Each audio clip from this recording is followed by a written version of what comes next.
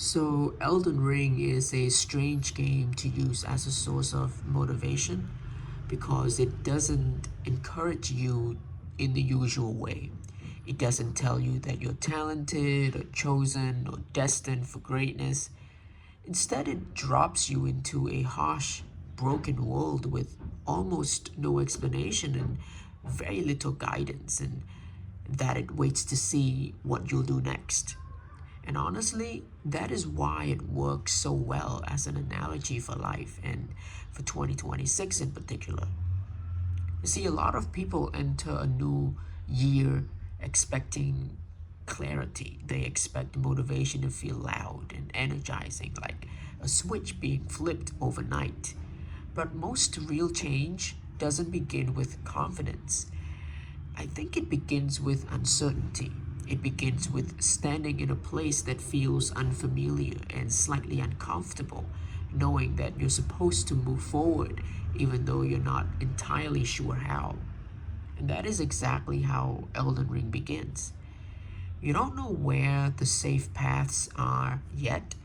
You don't know which enemies you're ready for and which ones will destroy you in seconds.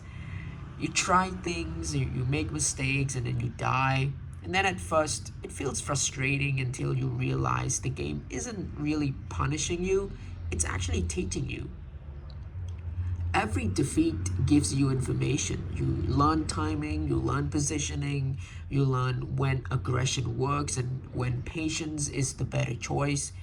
Slowly, almost without noticing, you get better. Not because you suddenly became skilled, but because you stayed long enough to understand the world that you were in. So that's the kind of motivation worth carrying into 2026. So this year doesn't need you to be fearless. It doesn't need you to have a perfectly defined plan or a version of yourself that's already figured out.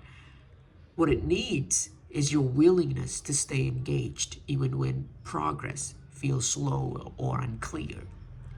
So in Elden Ring, not every challenge is meant to be faced immediately.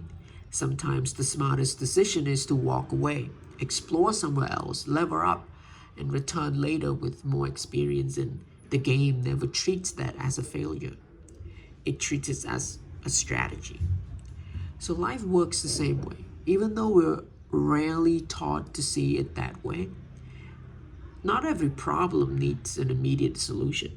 Not every obstacle is proof that you're falling behind. Sometimes it's just a sign that you need more time, more context, and more strength before you can move forward. And Elden Ring also doesn't reward rushing. The players who struggle the most are usually the ones who try to force progress, ignoring patterns and repeating the same mistakes out of impatience. The players who succeed are the ones who slow down, observe, and adapt. And that's an important lesson for 2026. Growth isn't about speed, it's about awareness. It's about paying attention to what works and what doesn't, and how you respond when things don't go your way. It's about learning when to push forward and when to pause without turning either choice into, self criticism. And when you finally overcome something difficult in Elden Ring, the satisfaction doesn't come from luck or hype.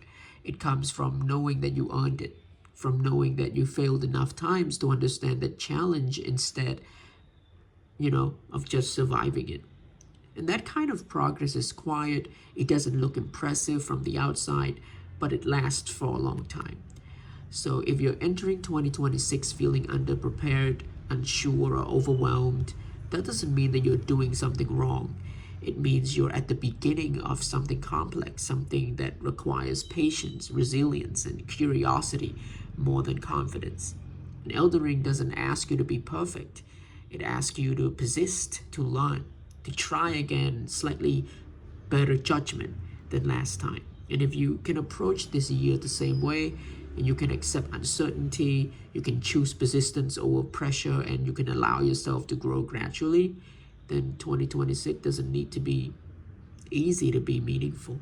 It just needs you to stay in the game. So welcome to 2026.